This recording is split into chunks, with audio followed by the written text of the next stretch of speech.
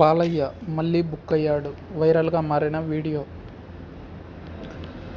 బాలయ్య ఈ పేరు చెప్తే పౌరాణికం, జానపదం, యాక్షన్, ఫ్యాక్షన్ ఇలా ఎన్నో రకాల ఇతివృత్తాలతో నటించిన సినిమాలు గుర్తుకొస్తాయి.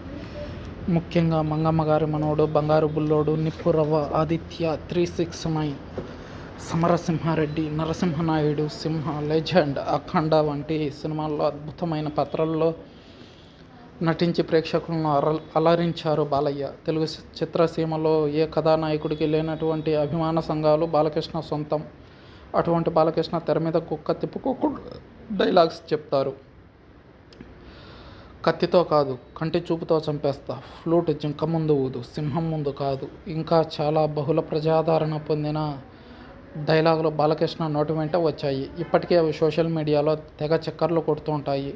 వాటిని మీమ్స్ కింద కూడా విచ్చలవిడిగా వాడుతుంటారు. కానీ అదే బాలకృష్ణ తెర ముందు మాట్లాడితే అదో రకంగా ఉంటుంది. ఈ మాట అంటున్నది మేము కాదు, నెటిజన్లు. ఇటీవల తాడేపల్లిగూడెంలో టీడీపీ, జనసేన సంయుక్తంగా నిర్వహించిన జెండా సభలో పవన్ కళ్యాణ్, చంద్రబాబు, బాలకృష్ణ మాట్లాడిన విషయం విదితమే. బాలకృష్ణకు సాధారణంగా తెలుగు భాష మీద అపారమైన పట్టు ఉంది. అయితే ఆ తెలుగు పదాలకు బదులుగా సంస్కృత పదాలు పలకడం వల్ల బాలకృష్ణకు అంతగా నోరు తిరగదు. ఆయనకు తెలుగు పట్ల ఉన్న అభిమానానికి చప్పట్లు కొట్టాల్సిందే. కానీ ఆయన కఠినమైన పదాలు పలకడం వల్ల జనాలకు అర్థం కాదు. పైగా వాటిని పలికే సమయంలో బాలకృష్ణ చాలా ఇబ్బంది పడుతుంటారు. దీంతో అసలు అర్థం మారిపోయి ఏం చెప్తున్నాడో అంతు పట్టదని ప్రజలు, నెటిజన్లు అంటున్నారు. ప్రస్తుతం ఏపీలో ఎన్నికల వాతావరణం నెలకొన్న నేపథ్యంలో రాజకీయ పార్టీలు సోషల్ మీడియా వేదికగా రకరకాలుగా ప్రచారాలు చేస్తున్నాయి.